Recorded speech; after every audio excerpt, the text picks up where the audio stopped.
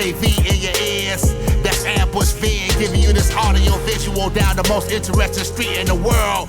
With my voice, Steve, Fascination Street. You already know, let's get it. When you whip in the Fascination Street, what do you... This is Allie Walker, and you're listening to Fast. You're making me laugh. Okay, don't look at me. Look away. I can't stand it. Okay. Hey, this is Allie Walker, and you're listening to I can't say Fascination all of a sudden. Okay, ready? 1, 2, 3, go. Don't look. Get behind the mic. Okay. Hey, this is Allie Walker, and you're listening to Fascination Street Podcast.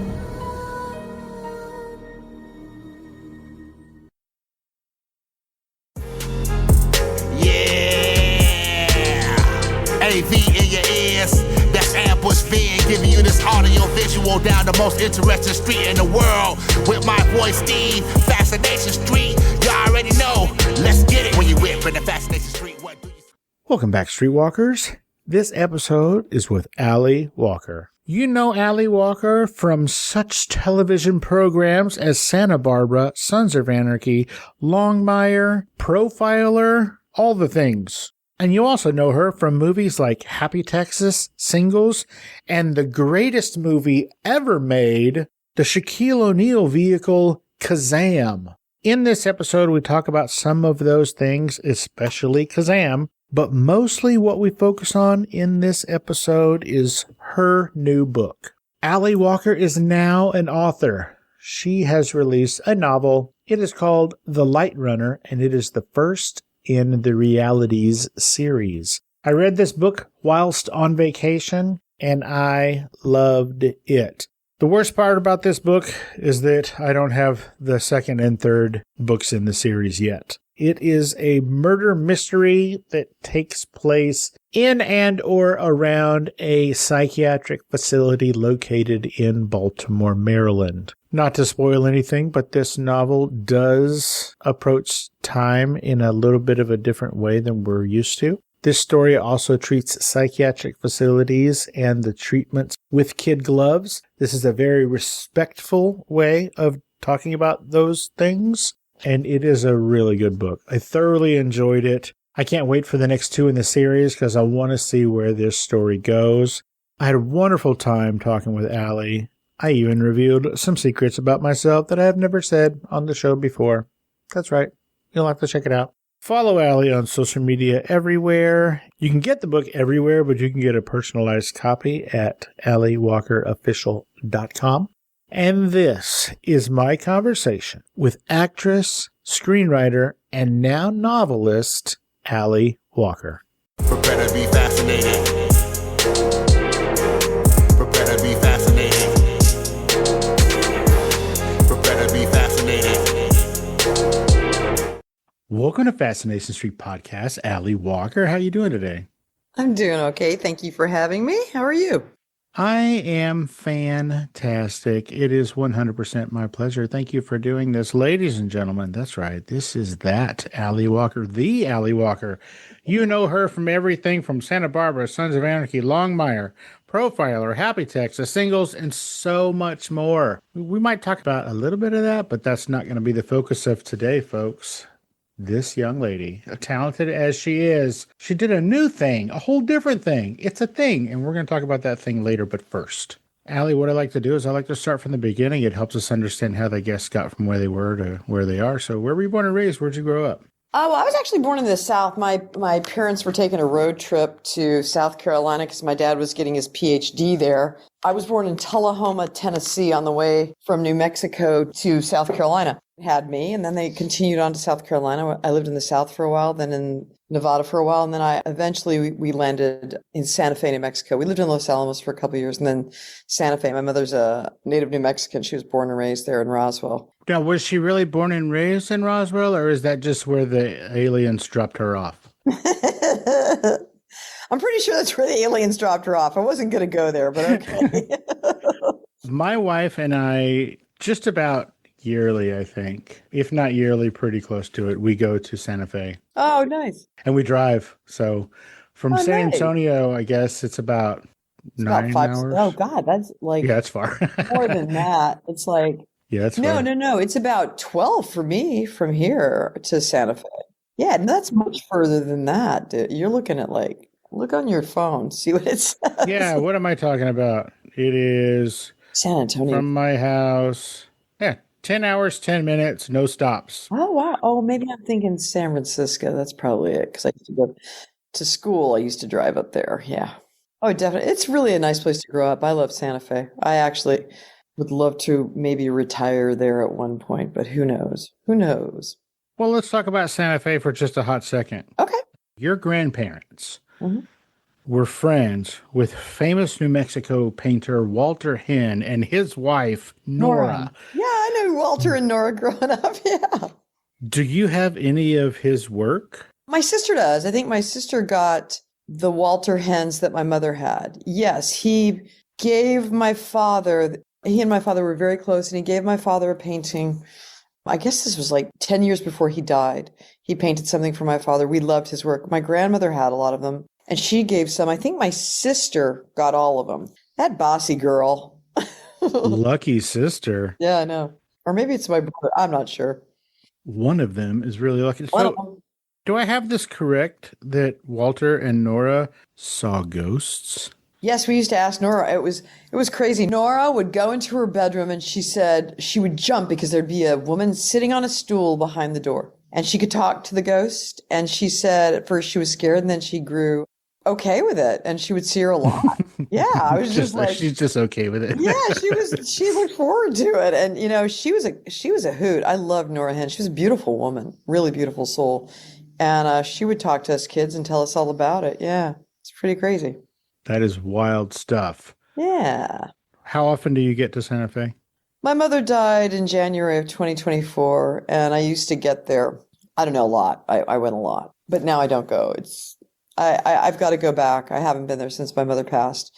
I keep meaning to, but it's like that Tom Hole, you can't go home again or something. I don't know. It's just really, it's going to be weird without my parents there, you know? I'm sorry about your parents. Oh, thanks. My mom passed in 2013. Sorry. Thank you. She passed in the same city that we all grew up in and I still live in. So it's not that I don't go to that city anymore, but whenever I'm at places that she used to go, or if I drive by a restaurant that was her favorite, like it's a very weird feeling to know that'll never happen again. Yeah, it's surreal. It's a really surreal feeling.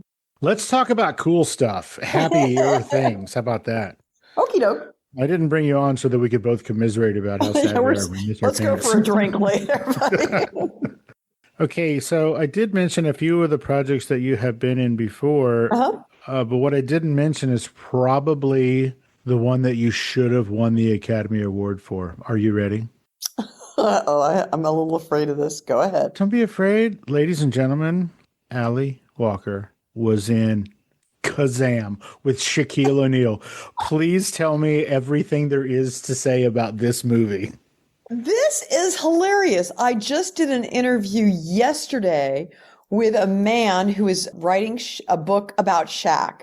And it was so weird because I never think about that movie because, you know, it was so panned, but it was such a weird experience. Shaq was great. Francis was great. Shaq was great.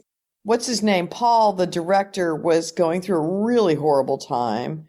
So he had lost his wife and child. Oh, my God. Yeah, it was horrible. I said we were going to talk about happy things. What are you doing? You brought it up. I know, it's my fault. I'm going to finish it. So, but it was weird. It was just a really weird, I thought it was a cute little movie for kids and it just got really bad. I was like, wow, man, who takes this seriously?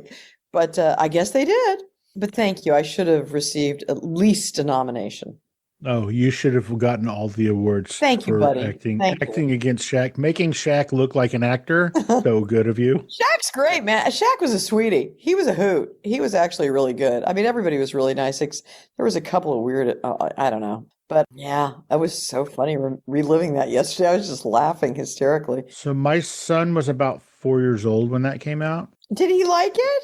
We had it on VHS and played it until it broke. Yeah, man, kids loved it. He's 30 right now, and I guarantee you that if I called him, he could probably quote just about the whole movie. He saw that movie so many times and loves it. I thought it was so fun. I didn't. The making was a little difficult. There was a lot of weird things going on. I think there was a lot of everybody was having difficulty in their personal lives, but not me and Shaq. We got along great. That's fantastic. We had a lot of fun. So I'm from San Antonio, and Shaq did play ball here Pretty shitty, yeah. in middle school. Wow. And the reason that we know that is because he was so good back then, it was all over the news. Oh, even as a sure. middle schooler. I'm sure he was great, man. He's amazing. He was breaking the glass on backboards in middle school. Yeah, he was crazy. Guy's nuts. So crazy good. So big. Like he had a BMW. It was like his first ritzy car. He had a BMW that they had removed the front seat and he was driving from the back seat. And I mean, I just remember staring at his shoes one day going, my God, he's massive, massive guy.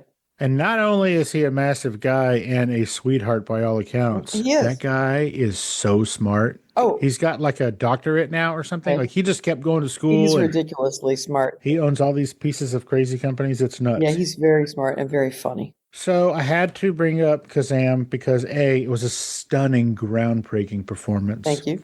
But also because my son is really going to get a kick out of that. I want to talk about a couple of other things. You were on Longmire. Now, Longmire was a TV show that everybody said, oh, you got to watch Longmire. You got to watch Longmire. And I was like, I've lived in San Antonio my whole life. I'm kind of over cowboys and ranches. That's not really. But then I was going to interview one of the dudes from that show, who I won't mention because it didn't happen. And then I was like, you know what? I should probably watch Longmire so that I know what I'm talking about. And about 2-3 seasons in or whatever is when the potential interview fell apart. And I was like, ooh, I'm not going to finish this. And then you came on and I was like, oh, I'm going to finish this. So it's because of you that I finished the series. And it is dope. You did such a great job on that show. It was really fun. I really enjoyed working with Robert. It was really fun. You know, as always, I'm supposed to, it's very flattering. Actually, I'm going to brag a little here, but I'm always supposed to go on for like a few episodes because I'm like, yeah, sure. Because I didn't want to sign any contracts for long-term obligations because I have kids. And I was always like, let me just do recurring. I'll just keep coming back if you want. So I don't have to sign a contract, be there for 7 years and then get up at 5 and sit on a set all day, And people were lovely because I just kept doing recurrings. And that was one that I just really, Sons of Anarchy was a recurring that I just ended up staying for 3 years. I really loved it. I really loved that show. I thought it was really well done. Where was it filmed? Santa Fe. Oh, well, check you out. Yeah, so I got to go home and hang out with my mom and work. Without numbers, I don't care about numbers. Is there a difference in a pay bump between a recurring and guest star and whatever they wanted you to be? Oh, yeah. So, like, even though you were just like, no, I'm just going to keep recurring. I don't want to be on the show. They were like, cool, less money, we got to pay you. Was it like that? Absolutely. Absolutely. And I think they started doing that more and more with a lot of people, because they don't want to, people want to work, they know it. So, but I mean, if somebody's hot and they're getting 2 or 3 jobs, like I was getting more jobs too. So it was kind of like, they were like, oh no, we're going to hold these dates, and stuff. They were really nice about it. But I mean, yeah, big difference. And raising your kids yourself, was that big of a priority for you that you were like, Yes, it was. Yes, it was. Congratulations. Well done. I wish there was more people like you. Well, I don't know. I don't know if my kids agree, but Well, and I'm guilty of it, just as everybody else is. We send our kids away for, 10 hours a day, and then sometimes somebody else is still taking care of them after that. That's a rough deal. So good on you. well, I had my own show, basically, Profiler, in the, late 90s and early 2000s. And that's when I started really going, I can't do this, because I was working 14 to 16 hours a day. And I was the lead and I was carrying everything, and I'd had my first baby. I think I was preparing to have my second child. And I was like, I can't do this. I can't live like this. It was kind of contentious when I left NBC, but it was okay. And then I got offered other series to be the lead female and other things. And I just passed, because I had another baby and then I had a surprise baby. I didn't think I was going to have another. And I was just like, it just made me too sad, to say goodnight. I'd have to send Walker, my eldest boy, home with the nanny at night. And I'd be so sad, it was just hard for me. So I just said no. And my husband, was really ambitious and wanted his career to take off. So he was working really hard, and I'd given us kind of a leg up by I made a nice living, and we had a house. So yeah, it was important, I think. Did you say you love those kids? I love those kids, man. They were good kids. They still are. And I wanted to be around them. I loved it. Well, kudos to you. Profiler, you mentioned. Is that the show? Was Robert Davi on that show? Yeah, yeah. I reached out to him for comment, and he said, you are a wonder to work with and a delight as a human being. And he says hi. Oh, I love that. He's great. Also, Robert did a blurb for your book, which we'll talk about later. Yeah. But then so did previous guest Tim DeKay. Now, oh, I love Tim. I reached out to Tim DeKay, and I says to him, Tim, I'm going to talk to your girl. Tell me a story. And he said, this is verbatim. Oh, no. He's so bad. Tim is so bad. I'm going to get him, man. You're not going to have to get him. This is okay. really, so you're going to get him flowers. Which you're going to get him. He says, and I quote, I wanted to share with you one aspect of Allie, which is quite wonderful. When we worked together on Tell Me You Love Me, we both understood the needed vulnerability and necessary intimacy of this series. Because of that, it was imperative that we trusted each other. I felt that I could be open and safe with her. I would like to think that she felt the same with me. We trusted each other in such a great way that we also found humor with our situation. Our trusting and respecting each other made an often frightening experience even more worthwhile. Yeah. We both realized that the series had something rather important to say, or at least examine an important subject. And with our trust for one another, we were able to tell that story. Also, she's a good egg and laughs at my jokes. So what more does one need? I'm going to tell you something about Tim DeKay. I think Tim is the Jimmy Stewart of our day. He's a brilliant actor and director, I might add, but he's also the funniest person. I mean, the guys I've worked with, I've been really lucky. Robert's hilarious. I mean, Davi is scary. He's hilarious, brilliant singer, brilliant actor. And Tim is like a genius actor. Tim is just amazing. And one of the funniest people I've ever met in my life. I mean, literally, I'd be like, I don't want to have to do this, and he'd make me laugh, and I'd be like, okay. He was great. Well, I love Tim, and apparently Tim loves you. So this is the Mutual Admiration Society. Yeah, this is great. Oh, this is great. Who else did you call? I called Shaq, and he's just. Uh-oh. Now, Tim does voice audiobooks for a detective novel series called Lucky Day. Mm-hmm. Maybe he can give you some tips. Are you going to, we're going to talk about it later, but. I am going to do that. I'm actually talking to somebody about the audio, so I've got to do that. Oh, fantastic. Yeah. Hey, Streetwalkers, here's a word from our sponsors. Let's get back into it. Okay, kids, I teased it. We're going to talk about a book. But I'm going to push it down the road a little bit further. We're not talking about it yet. I got to know. Tell me about this movie called Far More. Oh, my movie. Did you write it? I did. Did you direct it? I did. What? Yes. Did you produce it? Yes. I did with a few friends. Yeah. Yeah. I just decided one day I was, this was like 10 years ago. The original title was Sex, Death, and Bowling. Did it come out under that title or no? It did for a minute. It came out under that title and went into one or two theaters and then went on Netflix and a few platforms. My mom at the time I was editing had cancer. I brought her home and I had a couple of really bad years and I was trying to do more and I just didn't focus the way I should on the film and the edit. I mean, it did okay. It didn't, but it didn't do great with the critics or anything like that. But then when I was home for COVID, I was like, that's not the film that I wrote or wanted to make. It felt too chopped up to me. You mean the final product? Yeah. So I went back to it and I recut it and I just made it simpler and it flowed sort of like, the script won awards. It won at Milan and San Diego, I think. And I don't know if there's one in Dallas or something. I got special mention and I didn't enter it into too many. So that was really nice. So I kind of cut it more like the script.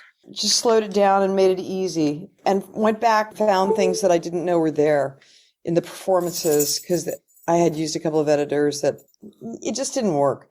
So I found a really good indie, Shane Howard was a really good little indie film editor, and we sat in his space for like 2 weeks and just recut it. And I went out with it, and Giant picked it up and distributed it, and then I sold it abroad. It's done well. It's in like 20-something countries. It's done pretty well, you know? It's just a sweet slice of life movie. At the time, I had lost my father, and I'd lost my best friend to cancer, and then my father to an autoimmune thing.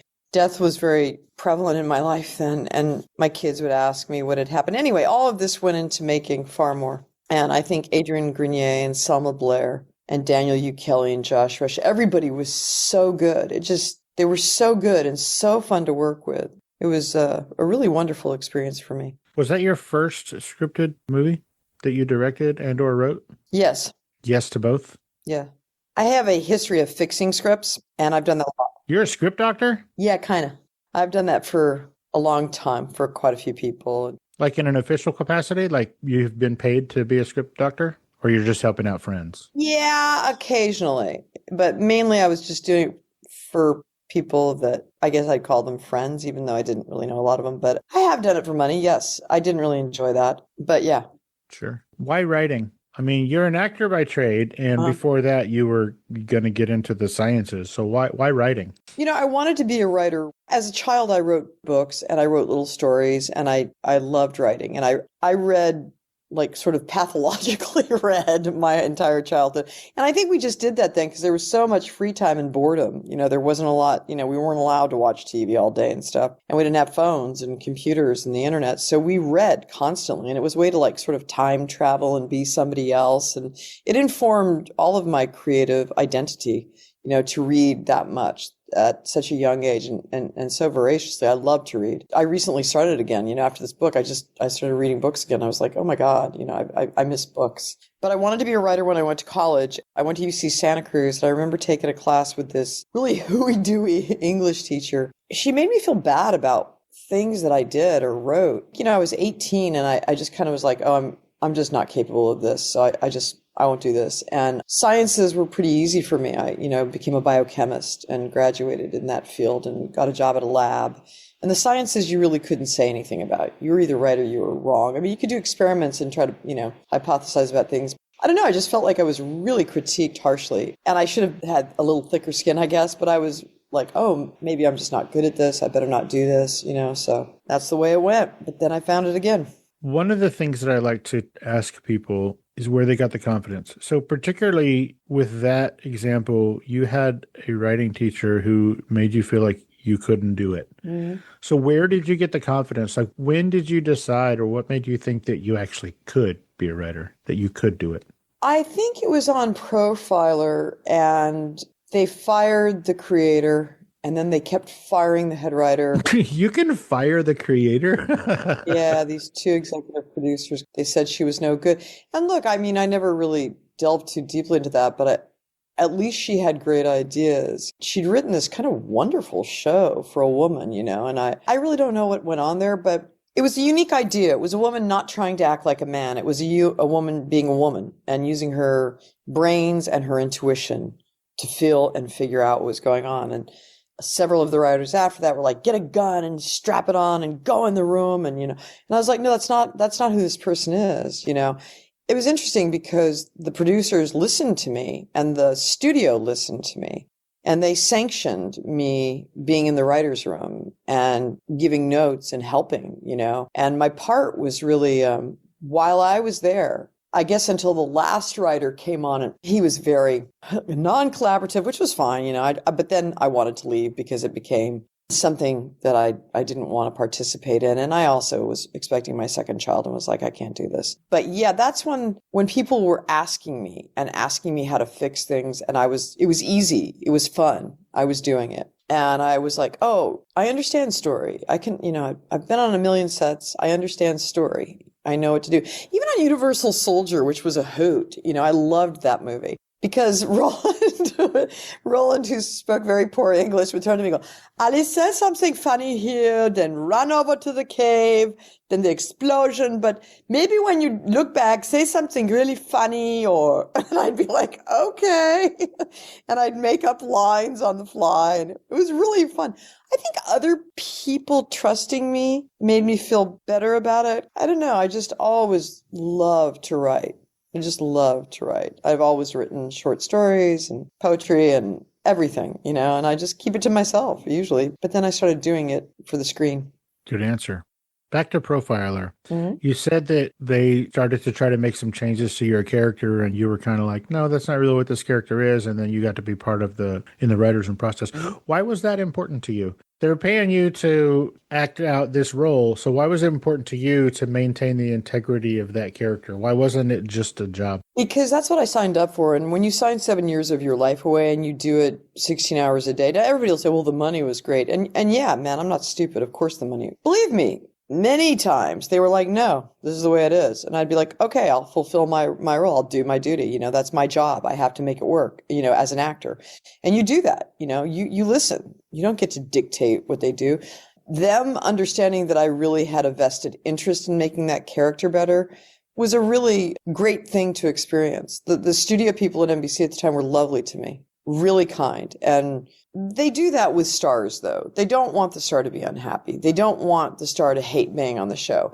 The writers after that didn't care what I thought. And they just kind of, they were more direct about that. And I think the thing is, yeah, the money was great. And I appreciate that very much. And I did a very good job. And I showed up, did my job, even under really difficult circumstances with a brand new baby and everything, realizing that was my life and it wasn't to interfere with the agreement I'd made. But, if you got to look forward to 7 years of not seeing your kids and hating what you're doing, it just becomes kind of crazy. So I'd always worked in a very collaborative medium. My ideas were sought out on Universal Soldier, even, singles. Cameron was great. He was funny and he would listen to you. And, it was just fun. I think the business has gotten less like that in many ways as the years have gone on. But I've always had a really good relationship with the writers and working and had a really good time. So, but, yeah, that's my job to do what they tell me to do. And I will.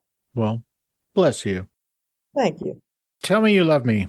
That film that we talked about a second ago where you and Tim DeKay were in this movie together. Was that a Kurt Sutter project? So Tell Me You Love Me was Cynthia Mort, and it was a limited series on HBO. And it was all about intimacy between three couples, a very young couple, a couple trying to have a baby, and a middle-aged couple portrayed by Tim DeKay and myself. And actually, there was a therapist, and we'd have these therapy sessions. Cynthia Mort is a really fantastic writer. And she had a way of pulling apart relationships like I'd never seen before. And she was such an honest, beautiful writer. I loved that show. I think that's probably some of the best work I've ever done. I think Tim and I would both say that's probably some of our best work. The writing was just kind of non-parallel on that show.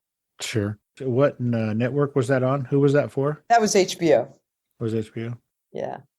Have you gone back to see it at all? Checked back in? Do you watch your stuff? No, I don't really watch my stuff. I really don't. Unless it's a comedy that I did and I want to see if it's funny. I do my job and I leave. That's kind of who I like to be. I get very critical of myself and I get like, oh God, I could have, I look terrible. This is awful. Why did I do that? Not so much anymore as I've gotten older. I saw something I had done and I got a kick out of it. I was watching Moon Over Miami. I'd seen a scene somebody posted and I was like, oh my God, that was so fun. It was really fun. Again, a comedy though. I think the drama stuff, I haven't gone back actually and seen much. Mm-mm.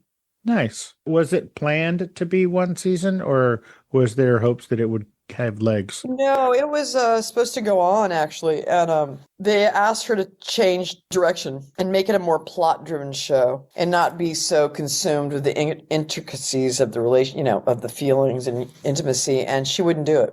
So she said, I'm not coming back. And they scrapped it. Oh, wow. Sticking to her guns. Yeah, I know. Bummer. You had plans to write a romantic comedy book this year. Yes. Are you doing it? Have you started it? Yeah, I have. It's not in the right format. I got to go back and reformat and do things differently. And I have some notes. So I'm going to do that. I've got a really busy summer with my guys, and I'm going to wait till the fall. And then I write pretty quickly. So I'm pretty fast. So I usually go in, and if it's just format changes, those are pretty easy for me. So I'll do that in the fall. By any chance, is there room for a character in there named Steve Owens? Okay, great. He's the lead. Oh, fantastic. Also, word on the street is that you had planned on filming an original script in New Mexico this fall. No way, I can't do that this fall. I'm going to have to do it next fall. I really want to do that. I have this other little movie that I really want, another little slice of life that I really want to do. I really want to do that. So that's going to be next fall. There are a lot, it's life. Life gets in the way of all your plans. You know what I mean? Sure. Okay, last one before we get into the goods. Okay. You wrote a kid's book? What? Tell me about this kid's book you wrote. No. No? I have a kid's book. Wait, what? I have all these, here's how I write. I start several things and then I hop around. This one that I just did, The Light Runner, I wrote as a screenplay in 2015. I wrote 2 scripts, gave them to the platforms, nobody picked it up, and then started writing the rest of it and teaching myself how to write a book. During that time, I remembered something that my eldest little boy used to say to me, and I started writing about that little experience with him. And I'd also looked at a screenplay I had, the romantic comedy, and started changing it to a book too. So things take me longer because I kind of go all over the place and then come back and focus like crazy. But yeah, I shouldn't talk about all these things because I probably won't finish half of them. Yes, you will. You're a person who spins many plates. You will finish them all. I hope so. What's the kid's book about? Spoil it. No, I will not spoil it. Is there any room in this children's book for a character named Steve? Lead character, again. Again, lead character. Thank you, Steve.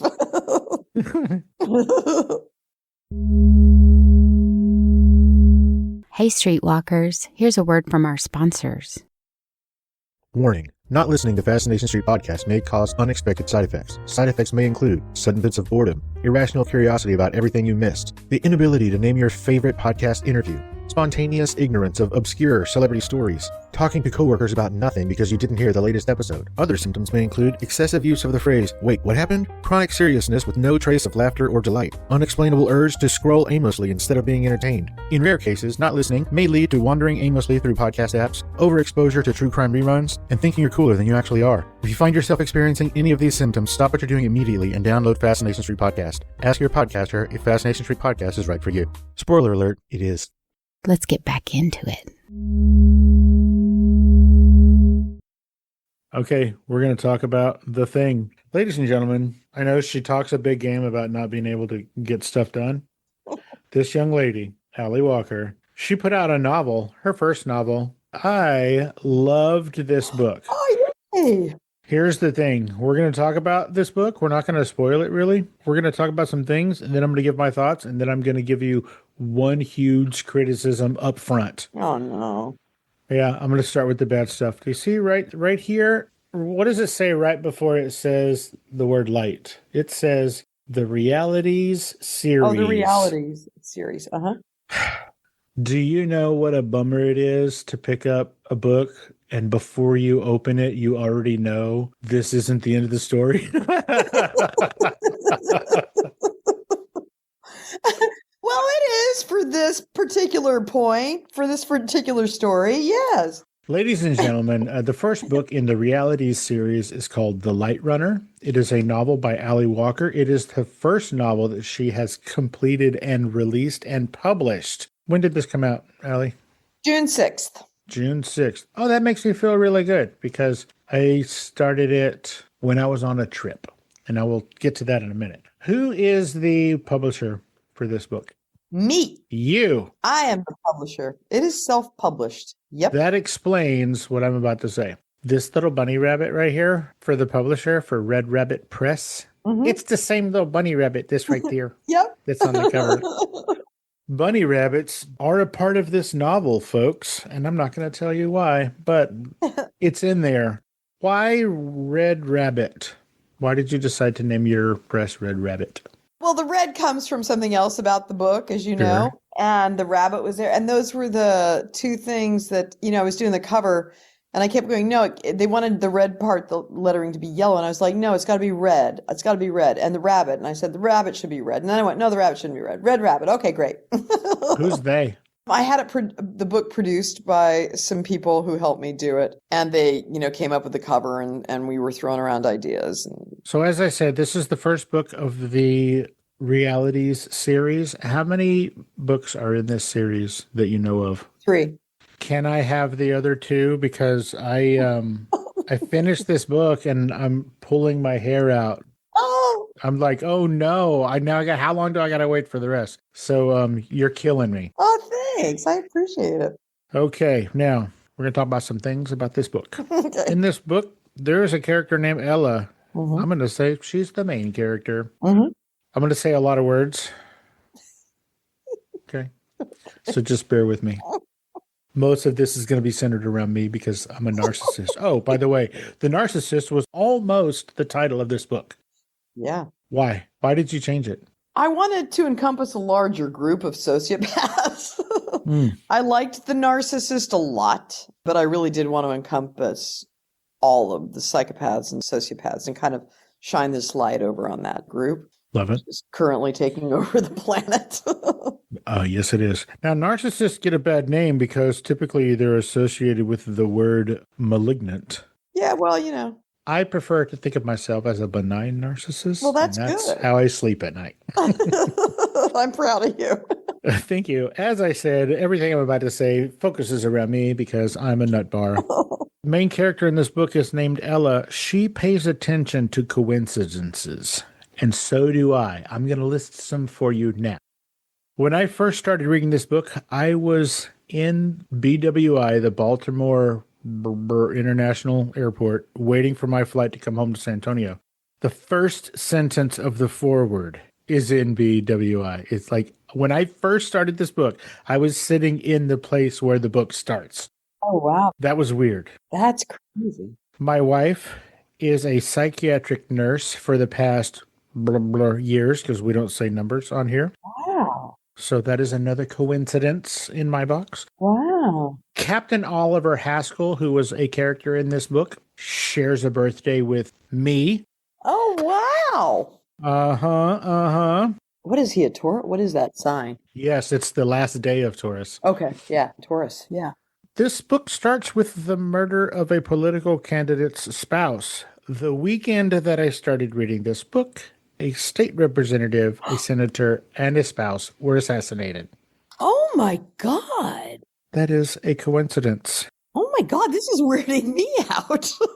It's weird, right? And then I think I texted you earlier that it was actually right. It was like within 2 or 3 days of me finishing this book, I got a news alert for some reason. Oh, that's right. That in Los Angeles, there is a person whose last name is Haskell. Yes. Who like murdered his wife and That's right.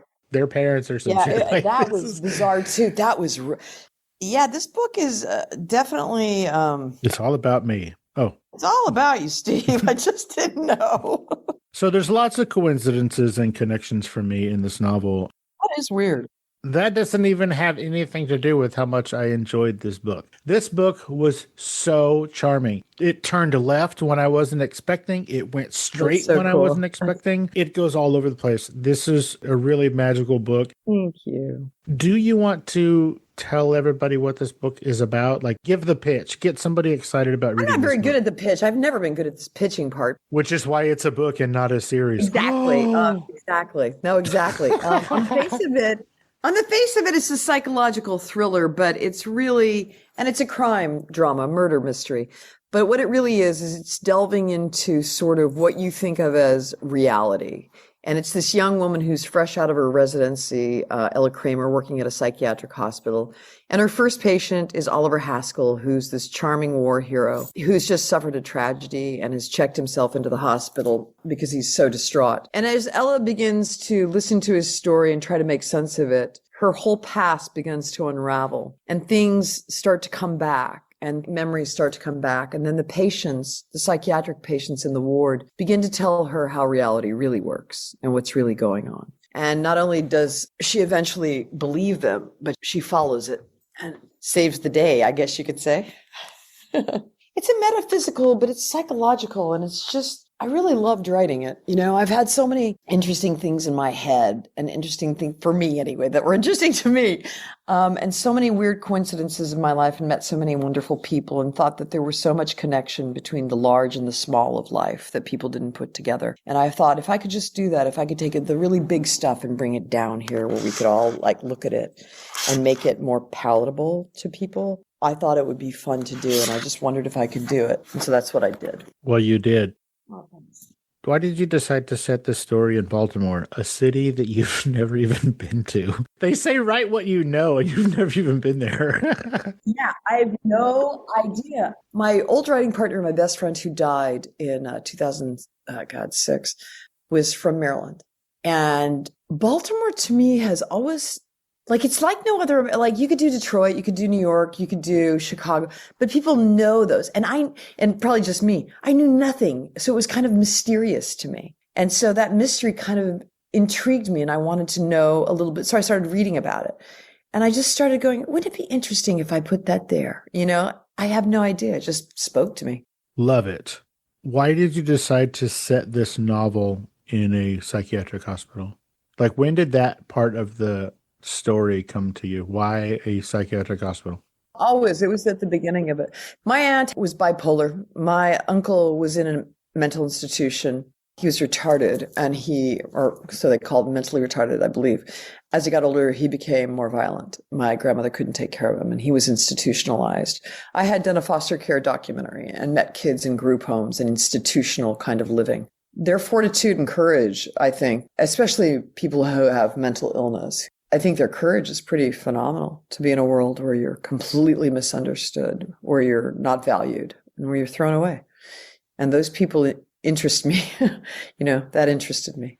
Awesome. I was really curious about, because for somebody who's never written a novel before, it's very well written, and the story just glides along. Like, it's a fucking page turner. Thanks.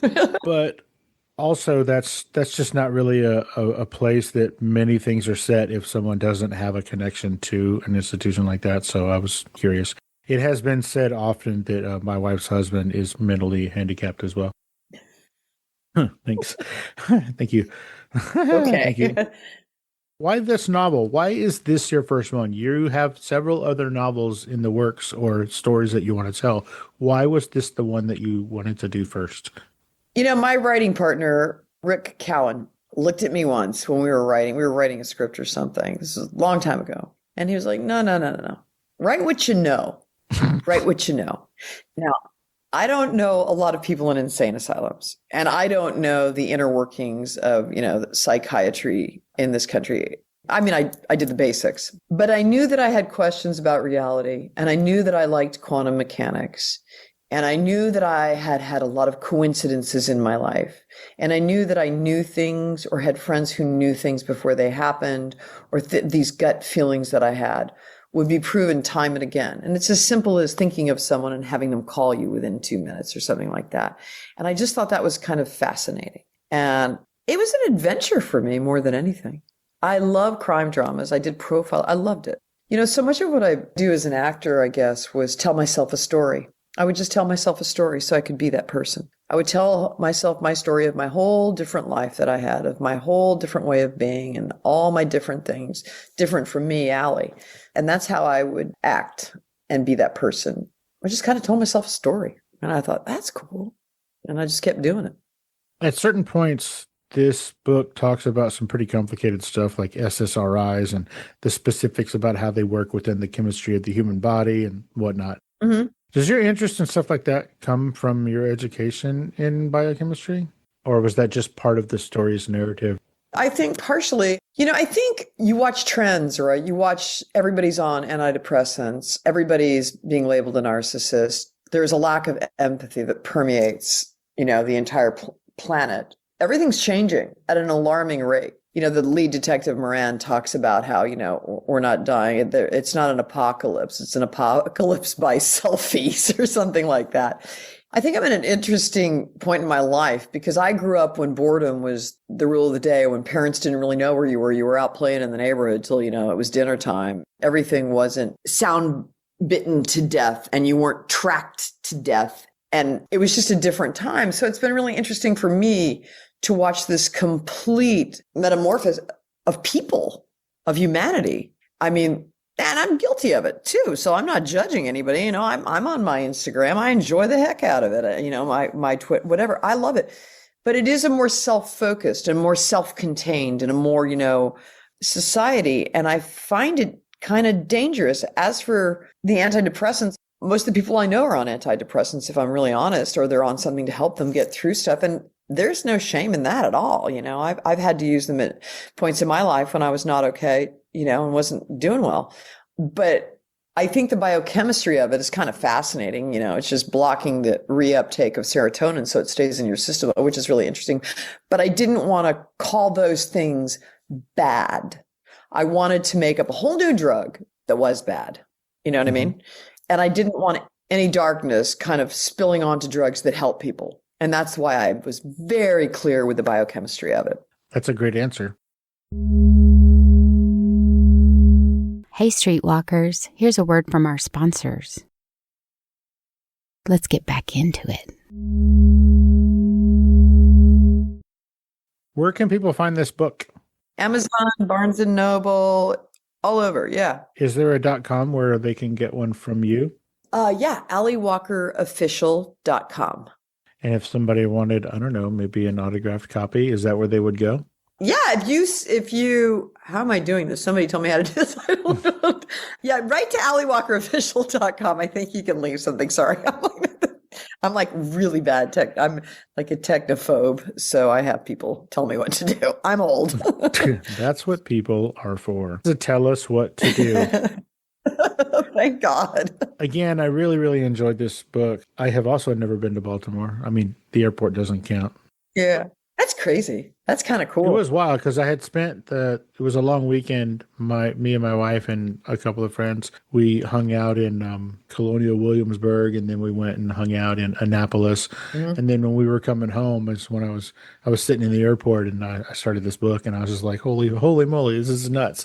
I was just like looking around. I'm like, am I being punked right now? What's happening right here? This is wild. No, I've had, I'll tell you, this book is really interesting. Cause I'll tell you another story that's real quick. I made up a lot of the science, right? Like the physics. I was just like, I've always been interested in time. I always thought time was, 2 or probably 3 dimensional. I've never thought it was 1 dimensional. And I always come up with these things in my head. My dad was a physicist. He was a nuclear physicist. I mean, we talk about stuff like that. But I always thought that about time, and surface area always kind of freaked me out, on the event horizon of black holes and things like that. I was like, how the hell is that coding for that? What are these holograms really about? But it was interesting because there's a physicist at the mental ward, Clark, who talks about time being 2-dimensional and this 1-dimensional drivel. And then he kind of explains it. Well, I wrote that in 2015. And, one of my friends who I read that passage to her later, she goes, well, isn't that what they're kind of finding out now anyway? And I went back, and they're finding out that that's the way it is. They think that's the way it is now. And I thought, oh my God, which just tells you that the imagination is everything. So it was kind of crazy though. Like little things in this book, people have told me, oh, like what you were saying. Oh, did you know that this happened? And it's just weird. Kind of eerie, but anyway, I digress. It is eerie. The coincidences aside, mm-hmm. It is definitely worth the read. Like it's awesome, even if you're not reading into all these coincidences like me. It is a super dope novel, and I can't wait. I mean, I guess I have to, but I'm very, very excited to see where the story goes from here. Oh, thanks, Steve. I think I asked you sort of the top of the show if there was plans to do an audio book. Would you talk about that? Yeah, I think I'm going to kind of do like a re-release when the audio comes out and kind of hype that. I'll probably go to Audible and release it there. I just spoke with the people at the studio. Hopefully I'll have it out right before Christmas. So are you going to voice the whole thing? I think so. I think so. I mean, I've done it before, not a lot. I did voiceovers before. I mean, there's a real art to it. I may ask Tim what he thinks, He's done a bunch of them, yeah. Yeah, because he's done a lot of that. So I may talk to him and see what he thinks. Maybe Tim will do it. I don't know. I just thought it would be kind of cool to do my own book. It would be cool, but it's going to be a lot of work. Yeah, voice acting is really tough too. Well, this isn't so much acting, right? No, but using the voice correctly to imply the right thing Sure. It's a different art form, and it's very difficult, So when you said using the voice to imply the right thing, it reminded me that I have heard you speak about this book in a few different interviews. Mm-hmm. And every time the interviewer mentions the book, Huh? I don't know, it just sounds weird the way they say it. They say the light runner. Mm-hmm. To me, it's not like it's a person who's barely running. It's not that. Not at all. They're running on but- light. Right, but the way they say it this is the dumbest thing anybody's ever said to you, but the way the people who interview you say the name of your book, it doesn't sound like they've read the book. Like they don't know what it's about. They just go, "Oh, it's a light runner." No, it's the light runner. I don't know. It's not a light runner. It's the light runner. Like, what are you talking about? Well, the title, I'm paying homage to one of my favorite books too, The Kite Runner. And I just thought, I'm not going to hold that against people. That's my job. Okay. Your job is just to accept all the flowery prose. My job is to go, what is wrong with these people? Thanks, Steve. I'm here for you. Thank you, buddy. Have you retired from acting? Yeah, I did Ghosted, I guess, a while ago, 2018. Yeah, that was a while ago. My wife and I loved it, by the way. I loved that. That was so fun. And I just am kind of tired now, and the business really changed. It really changed. So I just went, I'm okay. So you're good. We're not going to see you probably. Oh, no, I did something with Dylan McDermott. I did a guest on FBI last year because I know Dick Wolf and Dylan, and they had me on for like this, there she is, the killer. Spoiler alert. Yeah, I know. No, it's over. It already aired. But I do something again. I just, I guess people don't really ask me anymore because I've been so, I don't know, just kind of like writing and hanging out. I've enjoyed my time off, actually. Well, I think that your whole family has enjoyed your time off. Allie, tell everybody where they can find you on social media. Great. So Instagram is Allie Walker 1, as is Twitter and Blue Skies. And then on TikTok, I am Allie Walker Official. Oh, okay. Cool. All right. Everybody go check out Allie Walker 1 everywhere. So. And then Allie Walker Official on... Except for TikTok, Allie Walker Official. Yeah. Nice. Do you do dances on the TikToks? I really should. I'm an excellent dancer, Steve. And that's Are you an excellent dancer? I go to dance class. I call it old lady dance class, but I go 3 times a week and I love it. I have been dancing my entire life. I tap danced as a child, Steve. I practiced on a piece of plywood on the front porch because my parents wouldn't let me scratch up the linoleum. I love to dance. So there you have it. I'm going to tell you a secret that I've never told on this show before. Are you a tap dancer? No. When I was a little kid, and I had completely forgotten about this, but my stepmother reminded me recently. When I was a little kid, we were poor. So what I did was I stepped on bottle caps on the toe and the heel of my tennis shoes, and I stepped on them real hard so that they smashed in there, and then I would perform tap dances for folks. I knew I liked you, and I knew it was meant to be, and there you have it. So stupid. I think we should get together and shuffle off to Buffalo. Oh my gosh. Red and Ginger, reimagined. That is hilarious. I'll probably fall down and kill us, but that's okay. No, I will trip us both. I promise. Oh my God. Wow, you're great. I like you. You're fun. Thanks. I like me too. Well, great. I can see that. Allie, as we're heading out, is there anything that I didn't ask you or that we didn't talk about specifically that you wanted to talk about today? Like, did we cover the big bits? I think once we covered the tap dancing, I was pretty good, Steve. I felt great. How about you? That was the missing piece, huh? Yes. It was the missing piece of the puzzle for both of us. I love it. It's kind of weird that you tap dance too. That's kind of crazy. Would you stop saying I tap dance? I have a reputation to protect. You're a tap dancer, Steve, and I'm going to put that out there on my social media. Oh, no. This is horrible. I talked to a tap dancer. This has gone awry. Allie Walker, What? author of the new novel, The Light Runner, which is the first in the Realities series, available everywhere, and AllieWalkerOfficial.com. Thank you so much for taking the time out of your busy day and your hectic writing so many books and children's books and movies schedule to hang out and let us get to know you a little bit better on Fascination Street. I really appreciate it. Oh, I appreciate it too. Thank you so much for having me. It was 100% my pleasure, and you have a great rest of your week. I will. You too, damn it. Okay, I will. Right. I wasn't going to, but you said. Thank you, Allie. Thanks, Steve. Bye. Bye-bye.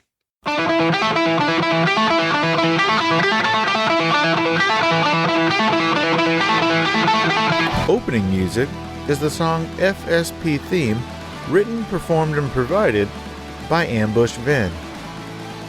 Closing music is from the song Say My Name off the 2021 album Underdog Anthems, used with permission from Jax Hollow. If you like the show, tell a friend. Subscribe and rate and review the show on iTunes and wherever else you download podcasts. Don't forget to subscribe to my YouTube channel. All the episodes are available there as well. Check me out on Vero at Fascination Street Pod and TikTok at Fascination Street Pod. And again, thanks for listening.